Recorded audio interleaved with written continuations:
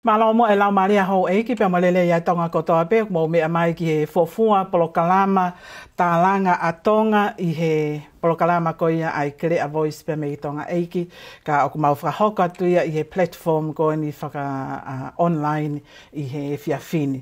Ko ia ako loto ai ke uhanga o whakawhi iloaki atu ai kau guest ko ia ki he fiafini oku tau whiawhia whoki ke mau hene a toke tā rinta manu atu. Rinta whakatangi mo ka ke whawhi iloaki mai koe ke takau whanongo. Whawhitai he tau ausia e fiafini. Tupe mua se konde tolu ke o atu ai ki whakawhi iloaki no ki whini motu a koe ni. Ko e lere mai e ni pe me he wailahi whataulua ni o fō, pia mo e homare eia, pia mo loto fōa hapai. Pia i he tauni o ko ngā ue i he Enriching o Tala Early Learning Center, ko e apiako ia o e longa i whānau wiki, pia mo e api whakakoloa Educational Services, Home-Based Education ia, ma ai ka inga Pasifiki ka tokolahi ka kaitonga i o Tala. Na ka mata ni i he wanoa tahanima, mo tolu mo wanga i he reo koe ni pia mo ngawe i he university na e ngataya i he wanoa tahanima. Ka ko ngawe fo no ko iai, pia mangahi ngawe ke kepe, ka ko iai ki whakawhilo aki, pia mo tuunga o tuai o whaya ngawe ngai Ahoni. Pamaloa. Malo au pito linta manu atu, toke tā linta manu atu, ai whakawhi iloaki mai ko ia o i he whiawhini ka tau kolosi mua he ki a whiria wipi pea mei Amerika. Ko e fofua toko taha whakeni me Pasifiki na e whiri ke ne hou atu ki he whare area o Utah i he tau taha hiva taha. Pea na ngāwe whoke a whiria ko e Republican i he whare area ko ia o e kau whafofonga o au ki he tau taha hiva wha. Pea kune kei hoko pe ko e toko taha loea i Amerika o au mai ki he Ahoni. Ko whiria whoki pea mei ki kolo ko ia i hapai ko whakakai. Malo apito whiria. Ko etuini lea waa whoki ko e CEO malolo ia e Pureanga Tonga i he kautaha ko ia na iloa ko e Tonga Cable Limited pea ko e ne filosofia ko e ne poto pea mo e ne taukei ne lava o tokoni ki hano solova ka oha palopalema ka o ki kai ko e tānaki pe ko e whakatupu ha palopalema. Ko sa ia o pito i ho filosofia e tuen. Kai ke he whamalo atu ka te ko i ho lava mai ke tau kau ngā kau i he pōlawe ko ia o e whiawhini. Ko e toko taha whauki ko e ni, ko e tauke ia i he malae ko ia e social workers i Nuusilani, pea ko e tangata whaiwhare i o laka hake he tau e ne whango fulu i he ngawe ko e toko taha whaiwhare i he kaike ngata pe community to ngā ka i Okalani ka mo e kau muri whoki at large. Ko e toko taha whaiwhikau Fogeni, penani ako i he Kolisi Bible College of New Zealand, i ngahi tau lahi, pea koe whai ako e ni pea mei tonga pe me he siasue sirena e whaiwhikau i noke maasima, malo mo e tau mao ai whiawhini. Malo seli. Pea ko taritari he ni lo seli ha whoka, koe whai ako to toko whoka i Kolisi Tonga, pe koe ne profession, koe web developer, ma ai Dunson, kau taha ko ia, pe he lolotonga ni, o kone lolotonga hoko, koe whai ako i he John Paul College, i he whika, pa mo information technology, i he year 7 ki he tahawa, i he taue ni e woua. Kau tangata, pia mo toktarin tā manu atu o kou whaam ke taritari ki mautolu, pia mo loto fia mo oni ki he polokalama ko ia o e whiawhini.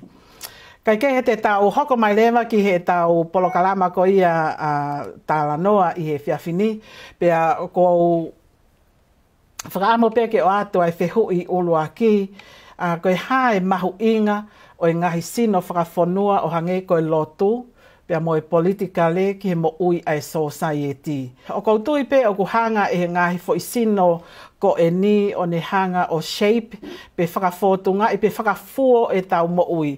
Pako e tupunga i he mahu inga ngahi sino ko e ni hange ko politikale pea mo e lotu i ho tau whonua. O ta tau pe i Tonga pea mo murini ma ngai whonua ko ia o ku tau tuku au mai o nofo iai. Ho nau mahu inga ke o mai mo ai ha mo lawe ki he tawhaki ko ia he ku hoko pe ai ngahi fo isino ko e ni ke hange o ku ne hanga lului i hanga e ku whakakau o ku ne lului ai anga ko ia e tau nofo tatau pe hongo fo isino ko e ni wa te tuange ata tu pe ka te motor ko ko pe o ke fe o mai ha o tala no ai pe ha o tanaki whakakau mai ai pa ke lawe mai i he whiawhini. Malo Ko ke Linta. fia la he i he. Tuko mai ai e whakakaukau koe ni. Ia neongo tuko mai koe whihui o ko amanaki. E kaua e ki. E whai hau ki mono mono ke he fo i whihui. Ko hi o koutui e Setita koe ngahi whakatu utala noa e fia fini. O ke ai tūkunga o kua tonga ki iai e tau mo ui he fo i taimi koe ni. Ai ka COVID tahiwa. Ka koutui pene hangahi tala noa ki mua. Ka koe mea mo o nia i he lolotongani. E asi ai lotu pe mo politikare. Ka koe well-being pa mo health. Ai ka kai ko lotonga ngā aue mo he taimini pa mo mea ko lea ka he taimini. Mga ngā aue ko tope ko whai he whiawhini mo ngahi wike ko situa ki ai. He kai ke mama o e mahatu whakaauha koe ni pe me talanoa o e whiawhini. Pa ko tuku ata pe whoke koe tau po talanoa. Ka ko wongoi au pito ai ikai ke ai ha tūkunga mo oni pe he taimin. Ke whai atu pe ai, ke utu pe ai o talanoa. E kei ai whakamahu i ngā i e sino, whakawhonua. E ririu, a ka himea ko tau peko whakakaukau ki ai. Ka koe mea mo oni au pito, ko kurea peko ki he lotu, pea o kui ai si oia o who'ou ki a te au, o te kai ke ose COVID-19, ka kuhange o post-COVID he taimi. Ko ia e whakawho'ou lahi, he whakakaukau o lotu. Te au kai e whakawho'ou lahi i he politiki, o politikare. Ko uhi, he kai e mea, o connecti ai pe whihakotake ai a Tonga, a te Aroa, a Sereri, Amerika. Ta ko COVID tahahiwa. O ku kaui he mea, ko pehe, pe ku pauloto ki ai, ke tau tua he ka tau whahato e talano a mui, ke o se COVID-i, tau kia e whakawho'ou lahi. Ai ko talanoa wha politikare Ahoni e ririu mo ia. Ai ko mahu ingana e talanoa ia e lotu pia moe mea whakapolitikare ki mua i he lockdown ko Aotearoa, kehe hono talanoa iona he Ahoni. Pea iai le whikau aki lahi. Pea moe mea kono tautokanga ki ai i Tonga. Malo au pito e toke tā Linta manu ato e tānaki mo koko whakakaukau ko ia. Au kou tukuangi atia ka teki mau tolu ke tau talanoa ngai pe ke whoki mai pe tau talanoa ki he fo i makataunga koe ne ua. Au kou uatu koe ki ai. Kou tui maha koe whehu i tolu pe koe whehu i wha te tau whoki mai ai ki he mea koe neu talanoa ki a Linta i he e whiawhini. Kai ke kou tukuangi atu pe ai fo i konga koe ne ua o ko whaia e tau talanoa he whiawhini. Pe koe hae mahu inga o e ngahi sino koe ni pe koe foi sino koe ne ua, koe lotu moi politikare ki he mo ui ai society. Malo. Lawe atu ki he whatalanoa o whai. Pau pau pe ki tau whoki ki tau tolu ko tau historia ki kamataanga. Me he taimina e o mai ai sino fo'o koe lotu whakaristiane ki Tonga. Tau ta whitu hiwa ni mana e o mia he kau la masa pa koe London Missionary Society. Lo tau ngai me taime whakatangata kohi. Pana e o mai e kau la masa o tari ki nau tolu i hifo e toko ngofuru koni na e o mai o tari ki nau o mai mo lotu. Kai mia na e hoko e ngahi tau whakaloto whanua. Kana e hanga he e sino koe ni o tari lotu a haa mo he ofu. Paka kau ia he mama na e mamangi ai e whanua Tonga. He mama e lotu whakaristiani. He na alo ua whakataha koe pe mo politikare. Hoko mai pe mo e tawaru ua hawa misa lore. Hoko mai misa Tomasi tau tawaru a ono. Tari ai e tupo uruaki lotu whakaristiani. Pea lotu ai e whanua. Koe mea na e nau lava liriu, koe mama koe na e tutu he kau misinare. Neo na e mate e toko tolu, i he kau la masa i haate iho. I he taimi na e whokia i e tau whaerere moa o nau si hanga o taha mate i ai. Ai foi, toko tolu koe na nau nofo i haate iho. O hoko e nau pekia, koe pulapula lotu whakaristiani. Kana nau si o matai i he tau whahinga politikare ai whanua, he na e taimi ta tau pēa ku mate a mui, e tala noa a historia, pa koe mate koe hou e ki na e pau pē ke wha no o, ke tā mate ai e toko oa o tanu pēa moia. So hangi e whainga whakapolitiki a hoko ia. I kai ngā taina te he tala noana na uhanga. Whakalawe lawe a iho na ngahi sino. Aki e tāo e toko o lau afe. He wakai e kau misinare. Kai maari e koe hoko mai a roto whakaristiane. O tari lotu a haa mohe ofo. Ta koe toko ni lahi ia. Ki ho tau whanua pa mo politiki he aho ko ia. Pa neona e toki tari he e tui o whaihano papitaiso he tau tawaro tau taha. Gisio ki he ola o e lotu whakaristiane. Nei whaia e tuku whanua he tau tawaro tau hiwa. Tuku ke whakaosi aki pe Setita e lotu koe. Nei whaia sa sipo ula ki. Ko au si o kou whakahātu ke hou eiki i he tapa ke he keha Tonga. Ta behe ke hukakai. O wae o tua a he mani mo mamani. Koe tui o ngahi tui, koe eiki o ngahi eiki. O tau malu malu i hona tau kupu. Ke ne malu mai ki tau tolu meilanu. E o tua, koe ta mai. O kou tuku atu hoku whanua, mo hoku kakai. Mo ki nau tolu o ko mui mui mai i hoku tua ke malu i meilanu. Ko e whenaa pasi ia ai lotu whakaristiane pa me politikare. Toko whakamuia e ura ki whaka. Ko ane whakaamu ke mui mui mai ka ki nau tolu o ko mui mui mai i hoku tua ke malu i ki nau tolu meilanu i he sinu ata mai ka mo lau marisai ki ngatai ka pasi atu. Ke whangatako. Alo au pito i noke ai kini mai he tawhaaki ko ia e lotu. Filia, o mahina pe whoka te au o kuhanga. O kuhanga he sistemi whakapolitikale o angi hahala pe moha whahinga mahino ki he pure anga ke whakate fito ki ai e nau whaito o to oni. Pe a whakafua mai ki ai, pe whakaata mai ki ai, a ngahi polisi ngā we. Lava ke ki lawe mai he mahu inga o e politikale i he society o ku tau nofu ai? O ku tana ki atu ki ngai whamatala ku oisi au whakika e whaka lawe ki ai. Koe tau mo i whakristiane hangi koe le koe historia nei o mai. Ka pate mo mamata ki ai he hanga koe o lotu. O ne whatu e tau whatunga mo ui. Koe core values. Koe tau mo ui takitaha. O mimi koe whatu e me ngai lotu whakristiane. Ko whepe e kau taha lotu ku kei ai.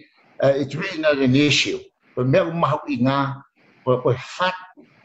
A core value o e tau mui whakasosiare o a umai ke mui whakapolitikare.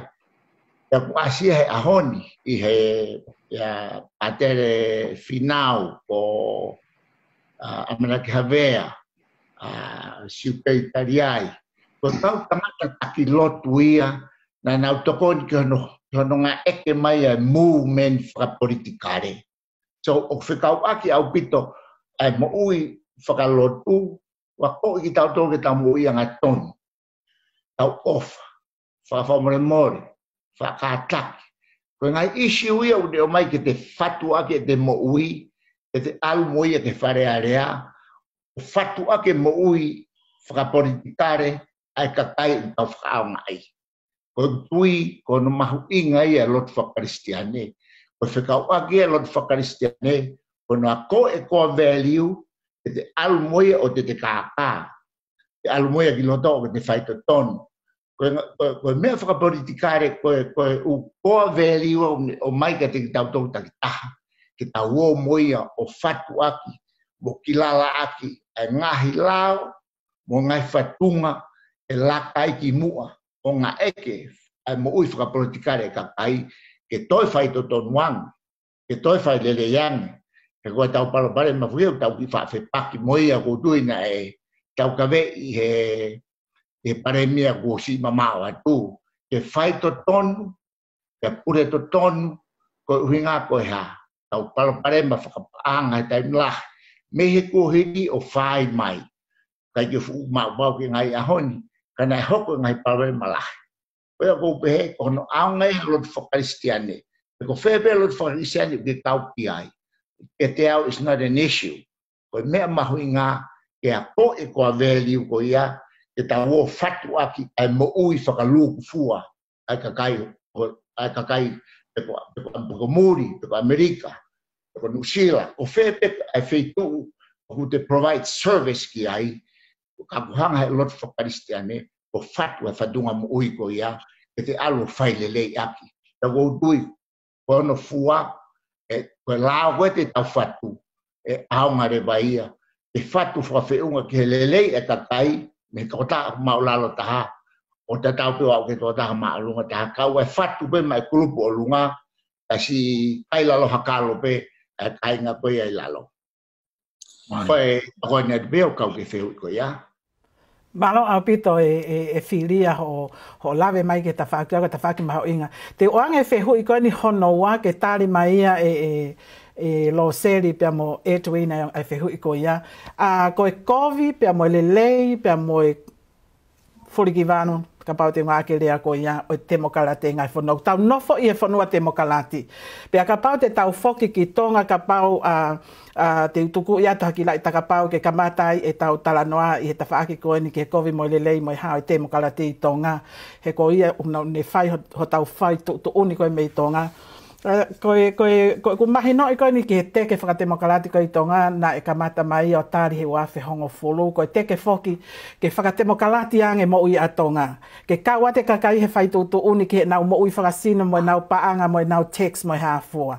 Pe hanga ofa lewa ai to inima o ne hanga o tari ai whakakaukau ko ia ke whakate mokalati ange. E tua pui mai koe o wafe hongo fulu. Ne ririu lewa ai tālanga ke te mokalati kakato a Tonga. I he tuu ko ia o ku kei lele mai ai, kai te mokalati kakato i he whaunga ko e pule lelei, pau ki ai hono ngahi makatuunga e nima, ai ko ngahi makatuunga ko ia, ko e atakitu, ko e vahe tau, ko e pule ai lao, ko e tariui ki he kakai, ko e whakamau to tonu. Ko ngahi pouturiki ani o kunihanga puke e pule lelei ki he te mokalati kakato. Pea i e kuanga koe whakakaukau i he tālanga o e whiawhini, o ku mau e he politika le a e fuu mawhai lahi whakauriuria ke ne hanga o whaito utuuni mai ki he tau mo ui pia mo e tau mo ui whakalukufua, ta tau mo ui he ako, ta tau e mo ui he whaamiri pia mo e siasi, pia mo e whakafo i tui. Koe ku whehu i lewa i ai e kau tangata i he te mokalati koni a Tonga, o ku mau pehe, o ku tau alu ki hele leiange. He koe uhinga i whakate mokalati ke tau alu ki hele leiange. Pe o ku tau toi whakahalo mui tau tolu i he anga koe e tau wakai. Te ulake o atia ka te koe lo seli pa te utoko anga ki a etu eni ke ni whakaosi mai e whaita whako ia. Pa te utoko tuku anga tu lewa ka te mo tolu pe o ki aha mo tāna ki whakaukau mai ki ai. Lo seli. Ok, malo pito Setita. Pako kore peke ufanga ngai whakatapu. Ua whake atu me he polokalama koe ni ka tā ki whai haki lawe atu. Sai, kone tōko he taimini, mana tui o kou no whai ase eriani o koe ke fu ilo ki Tonga. Koe anga koe kusio, i he leerei whakapolitikare a te mokalati. Ka pau te tau mui, ai ngai whai pou turiki koni koe na lawe ke ase erita. Ai a koe transparency, accountability, equality, e mui tau ai whai hala. Kia te tau sai. Tau siwange ki he leere koe e tau pureanga he taimini. Pako rota ke toki tari maeni e tuini, ko inga ki laheange ne ilo ki ai. Ka pau te tau whai leerei, ka pau te tau mui e ngai visone ko ni koe na leere mai e patoa. Pako utui au ia e sai au pito, e koe ngahi me kone, sio kia akirisi, e leerei whakaloku fua ia ke tau rogu katoa. Sai, ko hea rewa hano kovi. Ka pau hei kai ke tau mui, e ngahi mea koe ni na, e ngahi pouturiki koe ni na lave mkea Setita. Pako utui he i kai sai e tau moi whakapolitikare i Tonga. E kai ke ola lerei, ngai mea kotoa kono hinga. E kai ke au e wahe tāu ke kau masiwa. Pea ko ki pureanga ko i he taimi, e anga ku sio ke nau whakafotunga. Ki selfish, self-centered. Pea ke ine pehe, o ku ngari hange ke te au ko i ngahi lao koe ku whau i Tonga, o ku si i mawhasia, ai kakai koni ko o ku masiwa. Pai he taimi tatau, ko i kau whaipa i olunga. Hange e koe o ku nau hao peki nau tolu, nau whai te riha. Pea ka pau e pehe, mai norma e kovi a pito ai hanga tu a te mokalati ki Tonga. Sai, kono tolu, pe koe ne akiri pe koe palakuange. Koe anga koe e usio i he taimini, e ngai ngau e mai ngai pureanga ki mua. o nau hanga hange ko ni ke whakatau e tau passporti. Pe ko hange he ko e taimini, ko hanga he kau taki o whakatau a tonga ke siraina. In the long term, ko mea ni ko e hoko, yanga ko e usio. Sai, ko i ngai whakakau ko ia, ai kau taki. Ka pau he ikai ke nau whakakau ke tau fie ngai mea ko he taimini. Te tau fōu atu ato ke tuunga, oku toi koviangi. Pe hoko a tonga i ha taimi, ko ufakamu ke ua nā hoko. Ka hange ko usio ko i he taimini, e whai pia more o tau whonua. Ko ne toki akiri mo ni ia te mokalati tonga. Kai ke te ngata he, kai hu mai a e tuini o tānaki mai.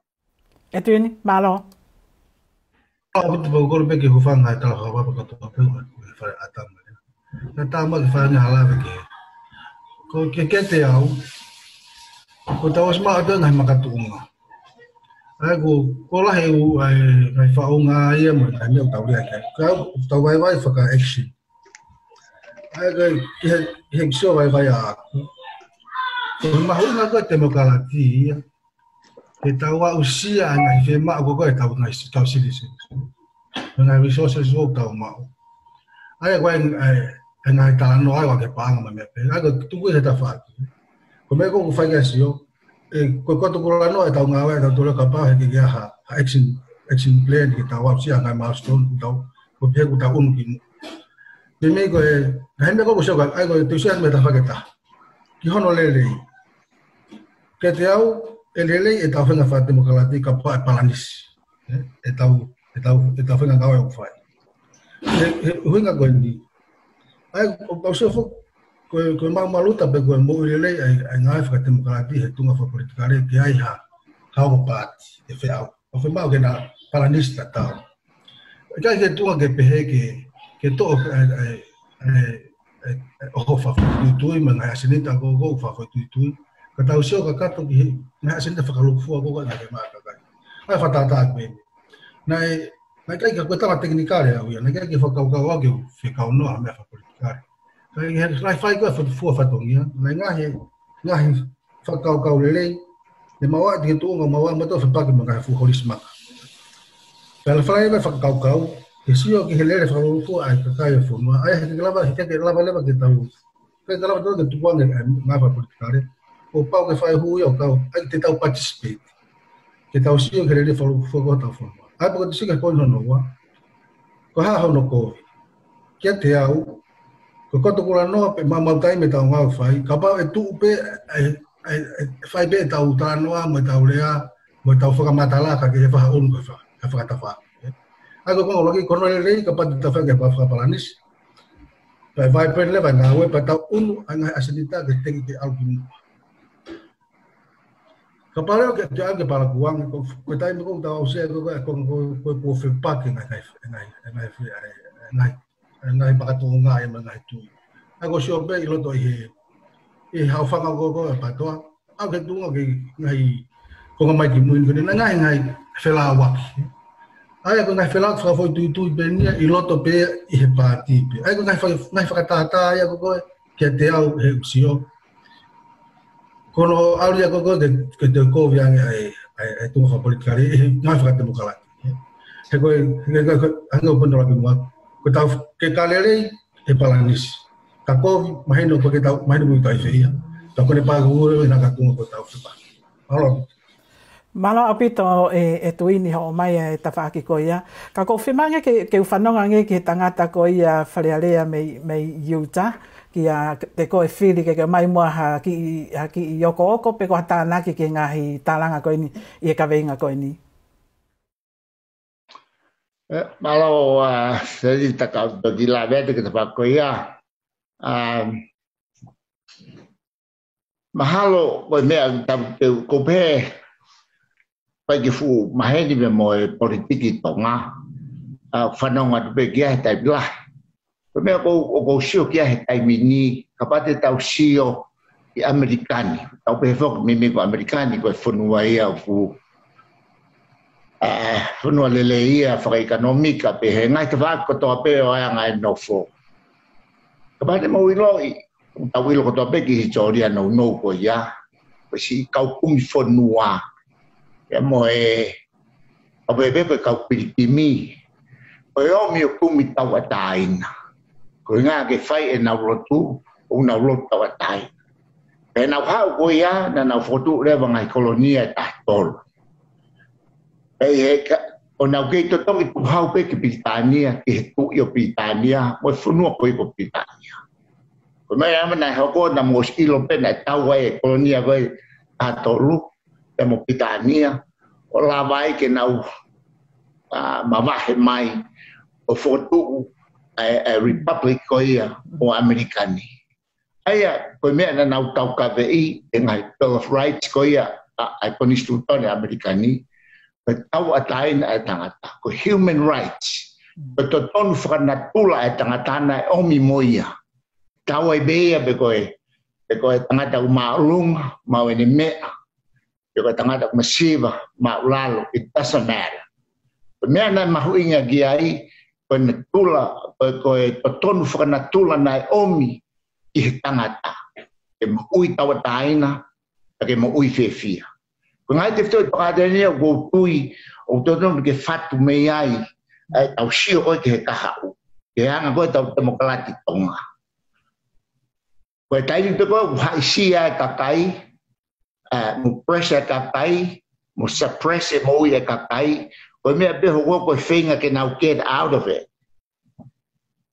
e pehe ai te ka pau he kai ke whakangaloku mau mawhai e tuku ke kakai o mau fuke kakai e mawhai mahina ki tau tolu o wikai kua kautamai o lunga it's not the upper class o tau presume be ko nau tolu ta koe kakai o nau koe mau nau mau koe mawhai ta pehe he kakai e mea ke whai o mea ia hiku ki ai ta koe ngau te kai ke a ko e kakai ke nau ilo ai totonu koe o totonu ke nau mau ko nau pehe kakai mea ke whai e Setita it's going to happen whether you like it or not whether the other group like it or not it's not going to happen e ku pau pe ke hok ange pe fe lau ko ia pai ko uti ko apu hai ni fa o hiwa ko ia pe sario te taimi o laka mai wa re Tonga pe mana ko pe ga fa kau pe tahi hu amai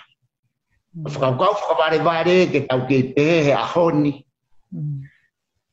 ke tau ke nofo pehe status quo e koe kua hiri o mero tau mo uia he Ahoni it doesn't really matter because it should have been we should have lived this way don't ke tau continue ke tau mo uia ke mo no what happened today what happened at this time ta mo grupo tau whanau he tai mi take care less when be ko tarat take care less ko ha o ki tau tolu ko ni tau fatu tau puke ho tau culture tau ke puke ka pare he kai ke tau whakamolu ko me ale vai hoko ko tau tupu mo ka alu hake he tai mini ko me be ho ko fenga ke survival it's the survival of the fittest he peia I ngahi me te tau sio be ke French Revolution ke tu I koia moana ki o francais bi ona kuonga auha tau sio ke Sao Lucia ka mena hoko same thing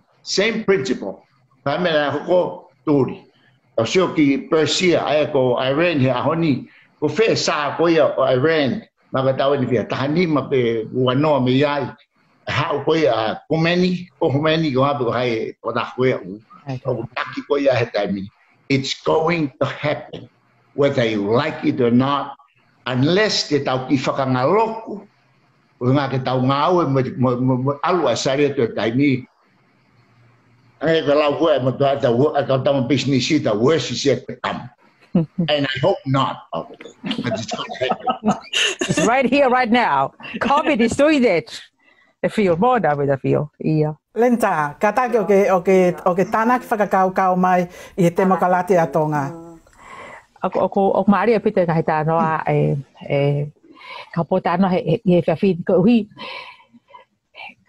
te hanga te hunu ke atu haki tu anga ki Tonga ko hui kai whai mea whakamata la he kai ke pehe ke overview ha mea ko te pika apu mehe whakamata la koe a etuini nga ke whaerea koe palanisi okay de felave pe mo dia ko ki mu ino ke masi ma ko be ko te tu wai ko ku fofu atau ke hai ngau ko I Tonga ai ko wano atafa ki he wano atavalo foi ta fa ko ia ku fe unga ia ke fai vai haki talanoa ki he anga o sio ki he palanisi ai ko palanisi he whakarea e tuiti ka kia te au ko palanisi ko ka veiga ko o Tonga o whanua ai o tua mo Tonga ko tofia ko ene tempo ko o ku na ngau e lo ai o tua mo Tonga o linkia ko whehu I ulu aki Setita ko o whehe ko e sino o whanua au whakasino mai re ka ko whakakau ko Tonga ta mo o tua ka waka ua ka ku mo a whake taha ka ta ko mai taha pia ko tempo ko e whetau laki ai o kui karewa ke tau toi talanoa I Tonga pia koe ke tau toi talanoa o tua ka koririu o talanoa tofia pia ko tofia o maria pita ko ngā ko hua tu behe ako ko ngau e ako ke o mai e whakakaukau whakaako ka o ku maolunga pia loloto ke whai ako no talanoa I o ngau e whakaako o koe ke ungai ke osi ai pana whai ki ngau e koe ni o fumahiru ka te au ko au hia lahi au pito ai rea kon ko fa ke talanoa ko ni ai rea whakatonga o kai ke fu sia aya o hage ko whakaukau te be New Zealand aya ko kamata ke usio o kai gahi me aku moria he koloa ko ai fonua ka wai e taurea aya ko sino ko to pe o fa'u I Tonga pe mohono whakaukau ke a ko iai a Tonga ko rea aya o pasanga sanga ia ko ia ko ia ko fo mo ui whakapolitikare ia o ki kai ke toi talanoa I kehe politikare pe mehe ako. Pea o mamata rewa ke anga o kau whai ako pea mo eria na mau iai he koriso whai ako. Pe tau ke fuka kai toko lahe una honga wahei e politikare ko politics o tuke ta whaaki. Ka koe ako, it's political. Ai a koe mo ui. Ka koe mo ui ko iai au pau ke whahalo ngawe I ona. Pea ngawe aki ai ilo kotoa o kulerei mo maolunga. Mo whakaofo ofa. Ke furihi a ke tūkuka ko whakaofa I he nofo. Te uia rewa ngaue ke whahi kai ai whakakaukau e kakai, talanoa e kakai, lotu e kakai. O taime na pehe ke mau ki teke I ke kilo loto ange. O mea na mahiro kau, ko e talanoa kon koe ke ngahi koa values na rea ki ai ko a wiki. Ko na whakarea I, o ngahi mea koko whakamahu I ngā I he nofo. Sai au pito, lau hai taha kotoa ke nau quote a senesi ki a whakaha, whakatohita. Ko hono ngawe aki, I he ngawe, e humare mai mea kon kou tau ilo, ko pau ke ai ethics, pe ko e fika, ke ilo I ngawe, ke whae ngawe. Ko tai mea nau pehe ai, kau hai mea ko vai, au pito. Tau ia mea I tonga nau maria I ai, o kai ai talanoa ke wha I ka vei koula. Pana ku whenga ke mahino ki au, koe ha ai koloa ko ia, ke o mai ki he ako, moe lotu. He koe ako I tau tangata konu aluhake I Tonga, ai koe tau wha. Koe mara ai koe nambau ia, koe tau wha, o kuia koe Eri Charles, koe ako toka bua ia. O whawhanonga I roke basima ko de lau ke ngahi himi a wesiri ana. Roke ai foi himi e ta, tolu walu hiwa. O ku talanoa ai ki he ngawe. O ku sio koe ki ai, koe wha I ka vei koulaya, hau ko tō hai vesi, ua tōlu wha mo nima. Koe loto tōmo, loto whakaapa. I lo I poto tō ngai hano rea aki. A ka lo ngawe aki, kai ke mo onia. Koe paranisi ai tuini o kou pehe, ka pau e whai ha ngawe, ai au si e ngawe e tonga. O ku lahi e talanoa, whakaata mai, whakapoto, ke whai haririu, ka e whaia I he mea. Ka koe mea ko ia koe ngāue. Hoko ia ko I anga ka kaitonga. Koe tau tangata iki. Mōni rewa laua iki. Ko whai ka te ngau tolu si hifo e te au, ko whai ka te au. O kei ke toka ngai ki na ia e tonga. Mo ngahi mea kehepe. Ka koe hunga ta anoa ki ai. Koe ngahi whakakaukau koe ni tau mau. O ku lelei mo lahi. Ko hono liriu, translate. Ke ngawe aki I hangahi mea mo oni he nofo, o ku si e mea ko ia. Pea koe ako, tahai e ria te urawa rea ki ai, o ku hame iai. Pia mau ke whai, a ririu mei loto. Koe ki me te whaosa ki ta anoa koe ni. Mahino ka te au, ko palanise o tua mo Tonga, ko tofia, ko fai politikare, ko fai politics ia. E ririu e Tonga ke whaka o tua e te mea kotoa. Pea ko wangoi, o ku tālanga i he ngahi values, o ku liberal, pea ku whakamaman lahi, koe ke hala. Ko ku inga pea ko whakatu e ka venga o tua mo Tonga. Ko wherewa, ai whaka o tua, o ngahi koloa ko ia o taui ko values, ke hanga tataki a ngawe. Pe he si, ai longo a. Pea mo whakawhekiki noa ia, mo rea taimi. Ta o kuia ia ngawe ke whai ho tau whonua. Pe o kusi e ngawe. Ta o toton ke tau hanga o whau he ngahi tūkunga keke. Ta koia kou pehe, koe politikare who'ou. Ke o mai e palanisi koe ni. Ke o mai o tua mo Tonga ko tofi. A ke ririwa Tonga ko tofia. Ke productive ai kakai. Ko pau ke tau sio ke politiki o loto. E koe whetau laki anga ia o tua he lotu. Pea mo e politikare koe ririu. Ririu e loto e toka me whakaukau. Koe mea whaowia ke tokanga ki ai tala noa wha politikare koe ni. Koe ririu, koe politiki o loto, the politics of the heart. Koe politiki o loto i Tonga. I he loto i Tonga e Setita. Koe politiki o loto i Tonga. Koe pehe, tene ririu e loto e kakai. Ke loto merino, loto topono. Kai lava ke taunga. Loto mawhana, ka tau lava ngā wei ho tau whonua. Malo apito e toki tā linta manu ata e o mai o e whakakaukau ko ia. Pea o ko hanga e au o whanongo ki he ngahi leo ko ia o ko mo o mai, ma ngahi tālanga, ma ngahi whakakaukau ko mo hanga tuku mai. Na iai e ku maari e ia i hono hanga e toke tā malakai ko loa matangi o define pe ko ni hanga o veteki mai fo ilea ko politikare. Na ne pe ko politikare ko i whaahinga whaitu utu uni pe ko ha toko taha pe ko ha fo i kulupu o ku ni hanga o whau ha fo i utu uni ke tu whaki ki haki i kulupu. Pe o politikare family he kui kia hano taki. O politikare siasi he kia hano taki pa unau whau hangai whai tō uni ke uesia pe lelei pe koviai a siasi. Ko e tau tōnga whakawhonua o kia e politikare ai he kia ai kakai ku whili ke nao mai o whai tō uni mo whatu hangai whakatō uni ke kau pe kaunga lelei, pe kaunga kovi ke kakai koe whonua. I anga koe e ku siofi ai ta whaake koe ni. Ka neonga iau tau osi ilo lelei pe e tūkonga koe e politikare a Tonga. I anga koe wakai in reality koe politikare a Tonga o ku mawai ua e politikare a Tonga. O ki ai whakawhaahi i he politikare a Tonga pe koe demokalati a Tonga. Pe even hang koe mea koe ne lawe ki ai e tuini ane nai, even ai pāti patoa, o kutoi mo vete ua pepa mai pāti patoa, i he anga koia e nau politikare. Tala mai lewa he e pule anga koe he taimini, ko nau toluia o nau demokalati. Ta mai he patoa, ko nau toluia o nau demokalati. Si watu lewa ki tau tolu koe o tau spectators meitua, o lewange, ka ko whikoa, mea koe ke mautui ki ai. Ka mahalo ka te au o totonu ke ki tala noa mai ai a koe lo seri peheke a te koe. E ko ilo i koe talu ho mui mui i he demokalati me hio o kei iako. Kai ke he ko atu ka te koe e lo seri ke o mai maha ki lawe ai pato ki kau mai o ngau a koe, ka taki. Maro apire Setita. Sai, nei ka mata e kutui whakapolitikare pe me he ku mui mui ke a kirisi. Sai te ki whamatala me he kamatalanga.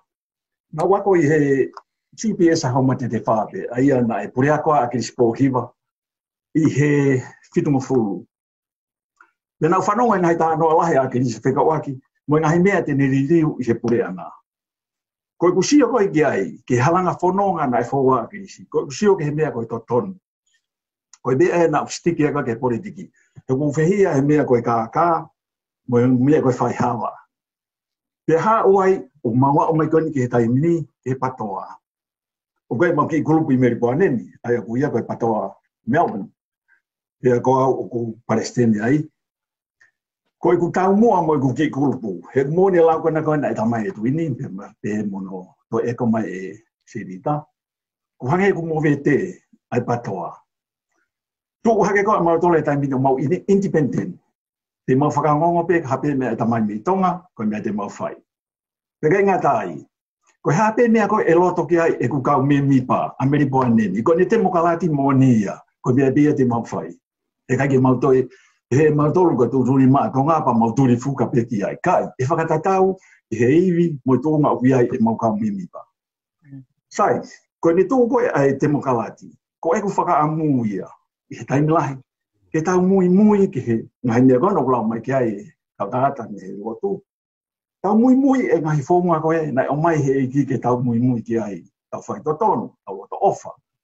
Te tau ofa ke masiva, he taimu to toa pe. Wahewahe e tau ki korau mau, wahewahe tau, watu ke si kakai masiva ka na mo ime iai. Te kapau te tau pe he. Te mo ni e ai tuu whakataha e rotu me politikare. Te kohono ola ATM, mara te tau maawai ai mo ui e whanua e talawha. Malo Setita. Koe wahe maho inga enu me ti whanonki. Koe tui i hala whanonga te tau pene a whaiake whawat tau pene ki si. So pe tangata e ki na wha. Pe maa risma tangata o. Ka whoko tō pe te whawata he uksi he ta whaketa. Uksi o koe ki he tau.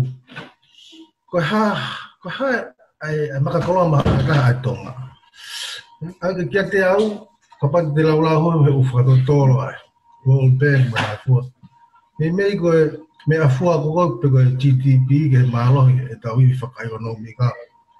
Ko mei pese te whango fulu ia tupu. Koe ki se niti pe ia koe ofa mai pe koe remittances a kakai me ngai whanau Tonga. Ai ko te se lewa ka pati to whakaukau ki he. Ngahi moni mea o tau tui ki ai. Ki hawa he tau, o totonu ki ai, ke ofu ai opito e kakai ia ki ai hana o leo. I hona tālanga e ngahi. Ai ngahi makatonga whakapolitikare. He kui loto ai, hono wahe koe ai ki makakoloa koe e whanua. Pehange koe, ngahi lawa ki mua. Ke tatau koe toa me o lunga, o au pe me maulunga te maulalo. Pe au e tāpala se maulalo. Pe ngā wea ki pe maulunga ia. No i whapolitikare, ke ngā wea ki kene ngahi tamua whakatui ke tulfua ki ene tu maari. Koe pe maari. Malo apito e tuini ka tau kolasi mahe kia inoke mai mo hata ha o tokoni whakaosi mai he ka venko ni pa tau toki hiki. O maru atu ki ngai pe no roa ko tui ko e whamatala maari e ko tuku mai. Ko tau tahiwa no ni ma i Aotea hospital he ngahi mo meniti whaosi o e tahini kuini a Queen Charlotte. Nane hangai o ni whakahoko ange ki a whatawhehi ai ki lea koe ni. Es mahina ki ai he kai toi mo ui pa ko tau bena e hawa ai ko tau tahiwa no ni ma. O ni hana talangi ko whatawhehi. Ka pau te monofo merino mo whiofo o whani. Ka mo ngā whamuri, ai ka uhinga ni ka tungi, po to pou whaia, ko ne peki a, ko ne hala. Ka pau te monofo o whani, ka māua api, e māua e whanua. Pau mōne au pika e whamatala ko o whai e rinda. O whi mao ke whakaasi ki tō e ngahi mea ko ia, pa koe te hawhitu e tonu ke ka matai hange ko o whamatala. Ki tanga noa ai, Setita ai whaia ko koe ni Tonga ko University. O mooni au pito ia, o mahu inga ke tau kamatai api. Ni tu kia o pāwhoi, he whai to tonu, mo e tau he ngahi wā, mo e whitariwi aki, me ngahi principal koe ni ko ke tala noa ki ai, o ko maka tuku ngai a demokarati. Ko au me he, tau tahiwa walo ni māta mo e ko whiohi pa mo a kirisi o hange peha ko kaunga tangata. Taimi lahi ma whaafononga haro mea ko maari a taha, taimi ko au mao ki hifu o ki haki o whaikau. Ko ne whenga te hakoi e kakai, ki mahino ka teki nau tolo o ki ai e pāwa, aina tā no ka whio.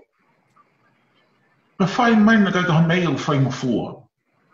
Pa whai mai o peki a koe na a kirisi, ko mahino ke he tonga ko iwi, ko pāwa o kunofo i e kakai e whanua. Pa ko mahu inga a hono toka. O mahu inga ke whanongo ke re o koe o e tonga. Ko lewa wa kuni sai o te he taimi, he taho ene ngahi taanga. Hena e au ke tonga ko whainga taha i e tonga whakapolitika re. Kane hanga i o whao ene taanga ka tau whawhangatapu. Ya whaira e lomi pe au. Tau moa ki roto nei afu ki pou ono ko si ate whola. Ko whahino hino ia ma e politiki ko he ahoni. Ka gai hanga he mea ku tau tō no ai. O na angalo e tuku whanua. Pa ua na angalo ai lotu na e momoi a ki tau tolu. E ni mana tua a ki nau tolu o ku mui mai I hoko tua. Ke malu mai mei rani.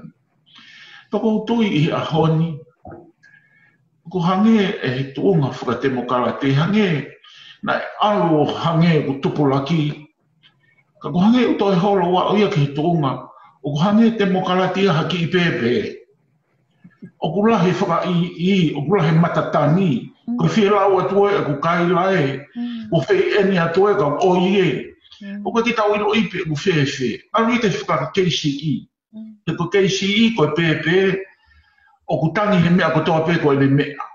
O kia tonu hia he mea ko toa pe. Ko politiki a koe, ko te mukalati a koe, o whaia e mārau he ahoni. Ari e lahi. O ko mea koe o ko tui koe ki ai. Tonu ke whoki pe ki tau tolo. He mea koe na e taki ki tau tolo tau wa o ke climate akirisi. Tau o nofo ai. Na e whiri he kakai o Tonga e ngahi koa tīm. He peseti maurunga taha e kakai whiri. Ta tau o whakao mongo kia he ko whiri ai kakai. Ko ni whakate mokalatihi ea. Ahoni, tau ala atu mei muri ko hiku tau iwi lahi. O au peke he tuunga koe tau whai halate tau iku pride whiri e kakai ki Tonga. He kua au he mea koe ni. Ko nau rei polo atu hingoa masi I koe me masi I koe. Uike hoko mai ave container ave ke wahenga ko ia. Setita na ku aru ke hopo sula I wawa o he tau tahi wawa ni mapuka na I se ai. Ko hopo heni he whiri he sula a masawa pāsi mo hopa de sense.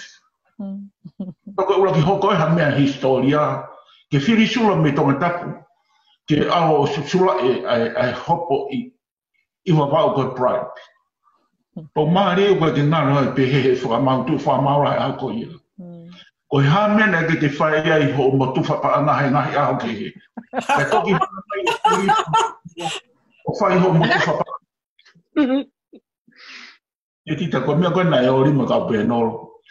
Ko mau tūni o se wike ua mau nofo I whare o po. Ko mau tūni ma kau sura hako ia. Mo ua lo ua e mo tamā koe pride while baba. Ko toki hopo e nai anga kehe o se ni mo ua lo ua. Ma mahu mai I toa ka lawa ne ka kai he tua whare inoki. Ka ne whihala ki ho mo tūni mo I tahi hao. Ake, ko tau tala noa he umahu inga I ka kai. Ai mea koe o kuna wanga whai. Pa tau whai e mea au tau. O tau nofo e kai whanua whakate mukalati. O tau hi whakate mukalati ki tau do inu silani. Kai toi ha benefitoa o ke ahoni ko whanau he whangi mātua o maunga o horo he maa e social e ka heni. Kono tu whaki holo e ofa anu silani ke au ke ngai whamiri. Maari au ti. O tau kai monu he ngau e pure anu silani I Amerika I Australia. O tau wala atu ki tau tolu. Ai whanga ki I mō men ke tau o whai hono tūwha. Ka whialau e tūwha tu he ka ta mai hapai. Kwa mea koe mea ka mautolu. Koe tau o whai e mea hala mea koe tau mea. O koe ho tau ngata ama. O koe ho tau ngata whamiri. Poko kutui koe ke te mukalati. Ka mata pe I ho tolo te whai whaka whamiri. He koe whamiri, koe e mafu e society, koe mafu e community. Paka wai e whamiri, ka koe whamiri, e koe whitu pe o ke aluari. E koe pure anga ho aluai, he koe pe ho no tahi aho whamiri, pa mo commitment.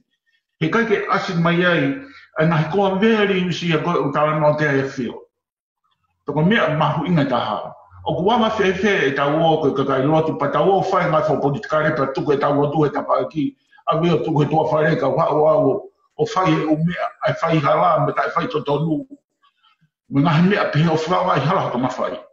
Kai ke, koe kutuia aku, o kutonu ke toi whakakeake e tau te mokalati. Whakafoki mai ke fo I reini o tonu, pa tau whanonga ke tau whakaonga ke kakai, ka mai nau mea aku whai ho nau tolo. O kuia e iwi, ke tau ngahi mea whaprikare. Mahalo ko ulawe tuia e kau penolo ke tau tala noa o whai.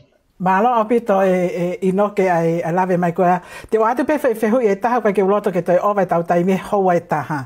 Pa te wate fehu i whaka osi ke tau talanoa ko talanoa whakas neongo o ke toi lahi.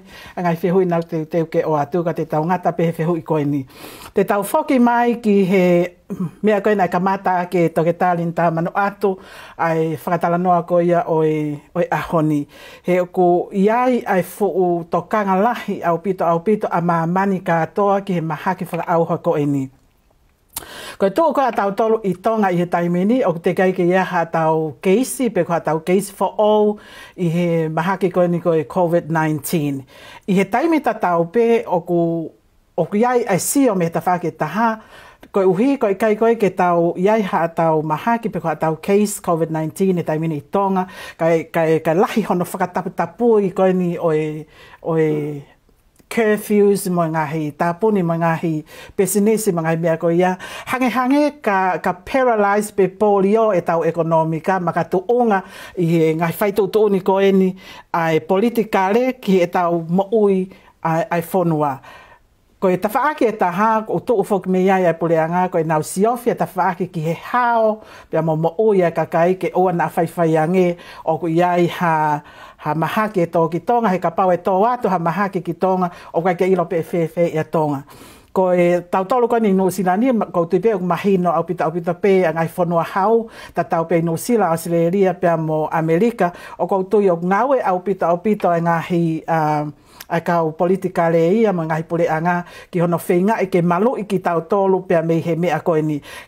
Kai whakamole pe o ka uhi o ku nai tatonu pe ke iai hatoko taha toke taha heni ke reo mai te whako ia. Ka te utuanga tu ka te koe e rinta ai talanoa ulu aki ke lave mai ai ki ngai whaito uto uni ko ia ki he lelei whakaloku fua mo tau malo mo hao me he mahaki whakaauha koe ni o ku ne threaten e tau mo ui.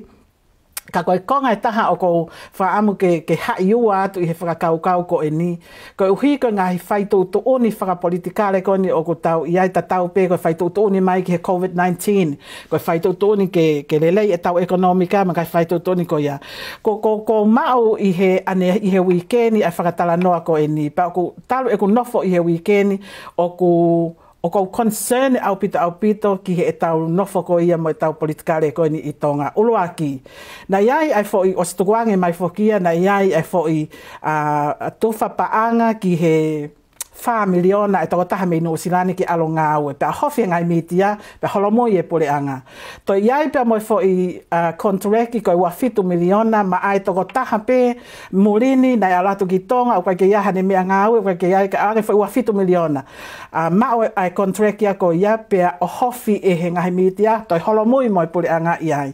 I he taimini ko ma o ai whakamatala, pa koe whakamatala ni ko very, very concerned iai.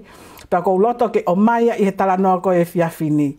Ka pau nei kai te upau ia i he source ko ni, he ka ke tukuange atu ia i he talanga ko ni, ka koe kupau ia ni iai.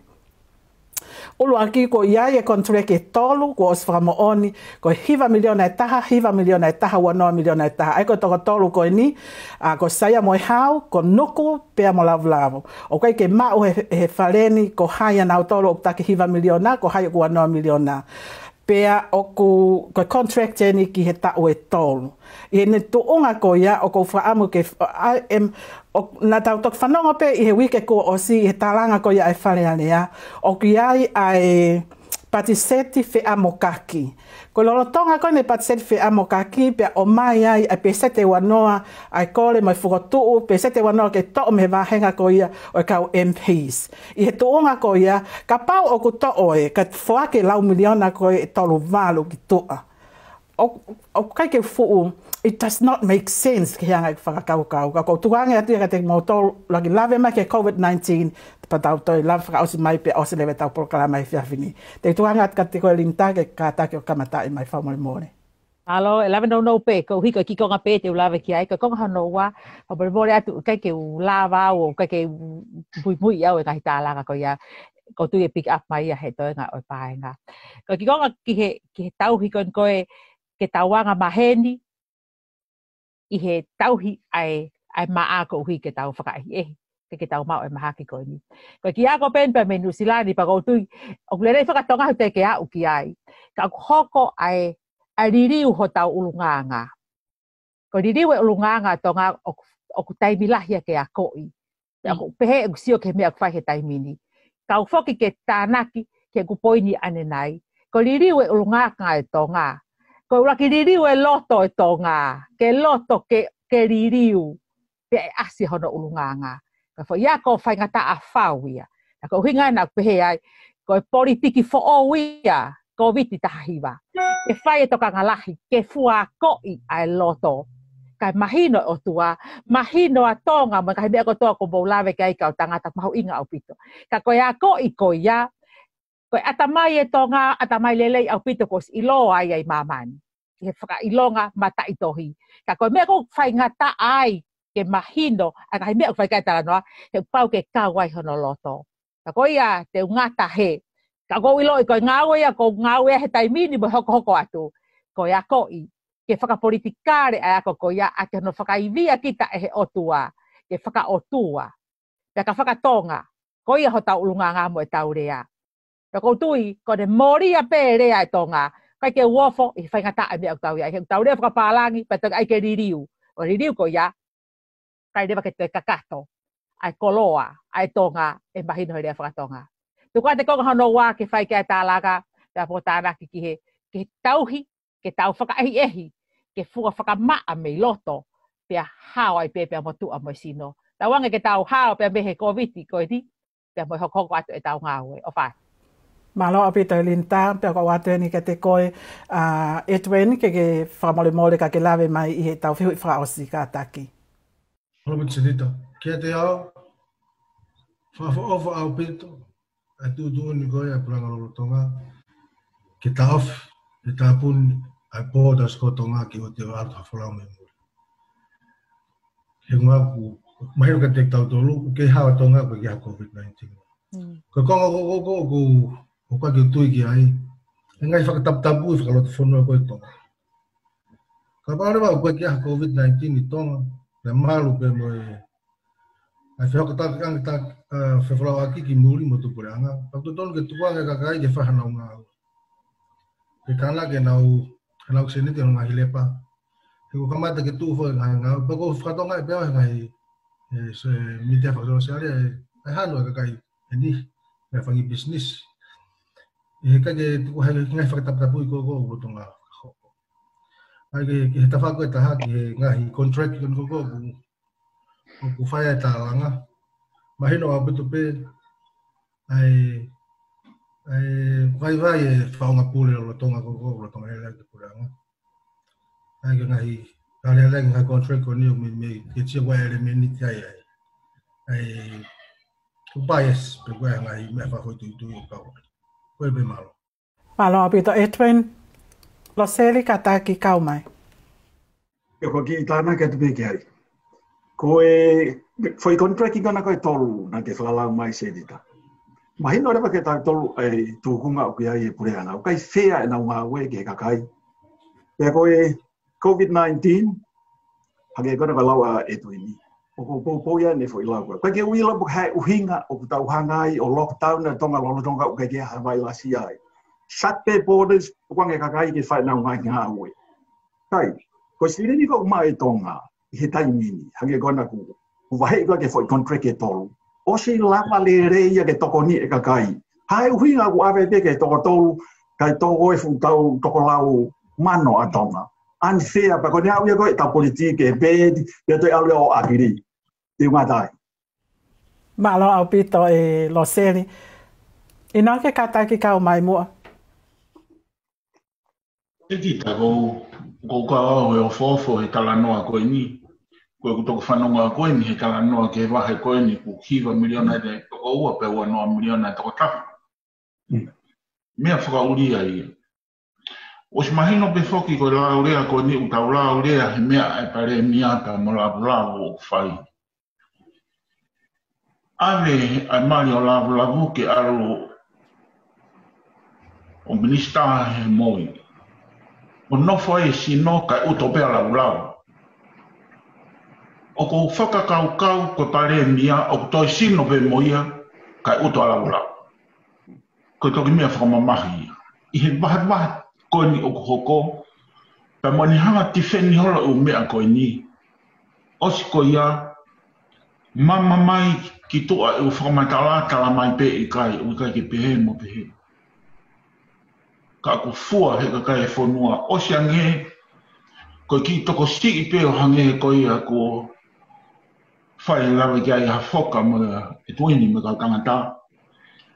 Ko ki toko siki pe kai ngatai ko ngahi maheni pe ni o lau lau. A eni koe me ka kama pe ni koe unau he ki i ko miti. Whakawhipa ki i koe o ngai corruption koe i Tonga ko nang tolu pe ni unau. Pa kute mana masi.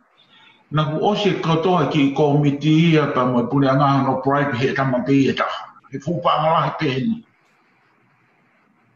Utau nofo pea utau hu. Ka utau o ngo. He kulahi masiwa ho tau whanua. O ha oe ke ngahi mea ko uton ke prioritize ke mua. Ki ha whai to'o. Me ngahi whea mau nau a whare maha ki. O kui kai peke mau ia. Kai lava e nia o awe o whai aki. Te kai ngatai na e apply for ki e kakai ia o koe nau mea ngā ue ki he tano hala. Kau tangata me kau whiwhine Setita. Na nau apply ke o e nau mea ngā ue o koe nau tau keiki ai. Pea tuku ia ko no uinga i he uhinga o kai ki tau tui tau ki tau tolu mo ki mau tolu. Pa tau sio le wai kai e monu he ki toko si i pe. Pa ku tau mo i lewa e tau tolu. E tau sio ke mea koe o hoko. E whainga wa inga o ku whai ho tau whanua. E whainga mea. I hono wahe o e mea koe ni. Tau whai lifu au pito ia. O whakate mo kalati e whaunga nei koe ni. Koe hae sio e pare mea kene mea o whai. Mo ngai tō mo ngai whi mau. E tuanga whai maki. O ko whia no o mai peke tau tāno ke COVID-19. E koe ka current issue ia whamamani lahi pa moni au pito. Au pito e talanoa kei e toke tā. O mahu inga ke tau tokanga ki ai. Ka ko mahu inga ke tau roki tokanga. Ko tau tokanga whakafo i tui, tau tokanga ko tau family. E lawa ia o malu i a ngai mea koe kene affected toko lahi. Koe o kau he te whaamu pe. Pihane mai a aho ku li liu e loto koe ni. Ai whainga loto koe ni. O whai ha sio mai re rei whakaruku fua e whanua. Whai e tanu hala. Po taimina hanga e haloti o. Ta ki hala pati sio atu ke ki mei wari tā. Mea whakamamahi mone de sio atu ke ki mei wari tā. Ai ko ku ai i he hala. Kai ke ui lau na mo te aloholo he whanua o tau i ai. O saiang e hala ki uta. Ngai hala i puke kohe mo whitu o uta ngai whaama. Ko tau hala i loto nu alofa. Koe hae mea o ku whai. O ki kai ke whai ai ke rerei taha. Pea ane pa a ngā whakaanga. E osi ange ko kakai koe nuko ke ha nau mea ngā ue. Ko sirini koe ni e toi whai aki pe kumi e nau mea ngā ue ke whai aki ngā ue. Ko tahai e mea koe o whamamahi taha. He kukai ai ha nau mea nau tole taha. Toki o atu pe o no he sirini koe ia. O tala mai o koe taha whitu miliona ue pange ke nau o no mea ata ke nau no mea kakai koe nuko koe ni ke whai aki ngā ue. Tau whamamahi au pito e tau whanonga ki ai. Tau te whito ke kakai mamahi i whanua. Tau mo ofa whanua. Tau ko uhinga ai au tau whaamu ke teki. Ai mau e whakate mokalati. Ke whaiwhanga e ko pure i rerei whakate mokalati ho tau whanua. E hea kakai mamahi i whanua. La moha kakai ofa whanua. E na wo hake. O te taki ho tau whanua. Pea whakahauwhi ho tau whanua. Me nima e kau sia ina, me kau mafi o kue ni atu koe ki ai. I he ngahi langa o ku furotonga whai he tai mini. I he ngahi kere kere kua more. Nau whamamahi au pito, ka kou tui, ko tai mbeke tau whai ha ngā ue. Pea moha tokanga, ke pure anga koe ni, pa moe tūtū ni o ku whai he pare mia, ke laui miliona koe ni ku whai talang ki ai. Malo apito. Malo apito ina ke masima ka ko loto ke oange whanga maria whaka osi ma au whiria wipi ke hanga o whaka osi mai lewa e tau pōtala noa mo e tau pōtatala i Hawani. Hiri ko ia ai lawe a whiria wipi ko tukuanga ata whanga maria ki he kau aahi mo e kau whanonga tala noa ka pau ke ha mo whehui ki he kau tangatani pia mo tokita linta manu atu pia ata pe kai pia tau rep apai pe tau polo kalama ko he whiawhini. Kia te ko e whiria wipi. Setita mala whangamari e kau lawe atu. Hinga ko e ngai whangamatara ku whai malo. Behange ko lau koe a linta. Te tau whenga loto. E osi ho tau kakano he whenga loto e Tonga. He kai peke koe liriu e umea koe ku hoko. Hono hinga e kau panel e mo kau whanongo. It's all about stupid money. But no be a tangata mo siri ni. Regardless be ku ke lotu, be ku ke malanga, be ku ke pisop, whatever else you a position, o ke ma whakalotu. Koe kai peke ha siri ni ke tangata, it doesn't really matter anymore. Koe a ko peka ki motolu. Koe kalo pare mai a koe upore atu he uraki whehui. Kai ngā Tonga. Mo ofa mai o get involved. Mo mai o whiri. But tau e ne fiha, mo whiri pe ka kai ta tau pe. Same people, same results. Ka kai ta tau pe, ko e kai pe, ai kona ta tau. Unless te mo oatu haka kai, at least try them. Ko uhi ngā koe ha. Ko e vāvā ke, o kui kai ko e loto. Ko e vāvā ke, o kui kai ko hatoe ta whaaki. It's all about freaking money. It's money. Ka pau he kai ke tau vahe whaka economika siri ni. Ke ua taha disparity. Ai suka beka so te o lunga. Ai māsima beka o alo. From year in and year out. Year in and year out. Ke loi te tau te penolo behen behe tau ka hau. Kai ke whiri maha ka kai whou. Ke tapu mo whakataha pa mo kau whanongo. Wahanga kau, it's going to be the same exact results. Where I get emotional sometimes. Whakapiko te whananga te tau kotoa pe. At Alaparema, and yet you elect the same people. No wonder why you get the same results. Because it's the same people going in and they screw you. We